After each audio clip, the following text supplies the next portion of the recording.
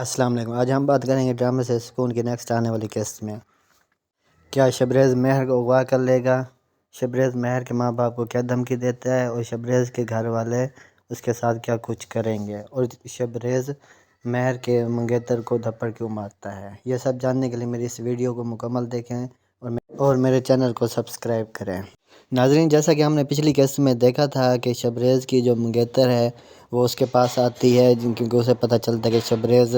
ایک رات تھانے میں گزار کے آیا ہے، تو وہ اسے کہتی ہے کہ تم اس 2 ٹکے کی لڑکی کی خاطر اتنا کچھ کر رہے ہو اور اسے تمہاری محبت کی کوئی پرواہ نہیں ہے، تم صرف میرے ہو کیونکہ میں نے اتنے سالوں صرف تمہارا ہی انتظار کیا ہے، میں تمہیں کسی اور کا ہونے نہیں دوں گی۔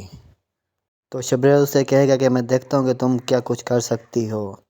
کیونکہ میں نے شادی کرنی ہے تو صرف مہر سے ہی کرنی ہے۔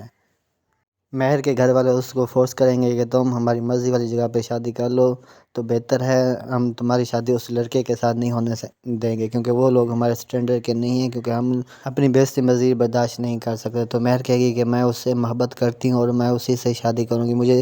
اتنا پریشان نہ کرو، لیکن اس کے ماں باپ نہیں مانیں گے۔ شبریز اپنے ماں باپ سے کہتا ہے کہ میں شادی کروں گا تو صرف مہر سے ہی کروں گا اور نہ ہی اس کی کسی اور کے ساتھ شادی ہونے دوں گا۔ جب مہر اپنے منگیتر سے ملنے کے لیے ہوٹل میں جاتی ہے تو اوپر سے شبریز آ جائے گا، تو وہ شبریز اس سے کہے گا کہ تم یہاں پہ کیوں آئی ہو، تم جب میں نے روکا تھا کہ تم کسی اور کے ساتھ نہیں مل سکتی کیونکہ تم میری ہو۔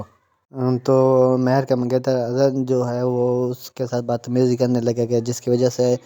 شبریز اس پر دھپڑ مار دے گا، اسے اسی ٹائم وہاں سے لے کے مہر کے گھر چلے جائے گا۔ اس کے باپ کو کہے گا کہ